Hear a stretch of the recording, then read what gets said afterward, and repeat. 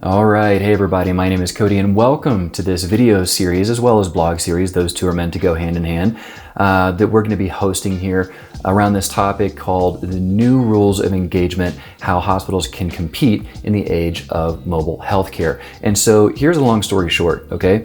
I've been working in acute care hospitals for over 20 years across the United States, Canada, Europe, England, Australia, so on and so forth, right?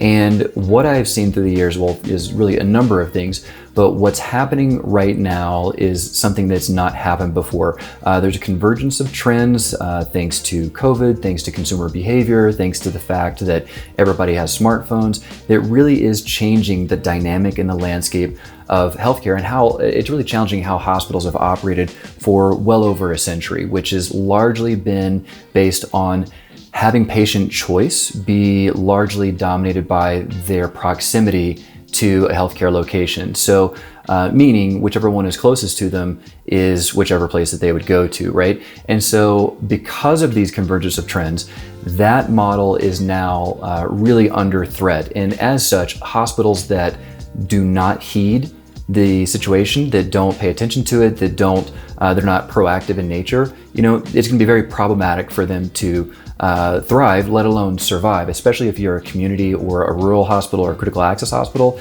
That is going to be a big thing that you guys are gonna have to pay attention to.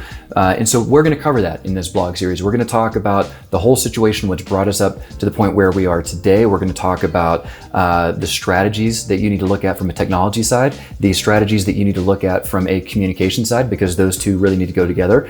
And we're gonna give you some examples as to how the playbook that you're going to see from some larger metropolitan hospitals and the ideal playbook that you should have if you're a community or a rural or a critical access hospital. Okay, so we're going to lay all of that out for you here in this series, and we're really excited about it. So stick with us here. Appreciate you taking a look at it. Again, read the blog and stay tuned. Thanks so much.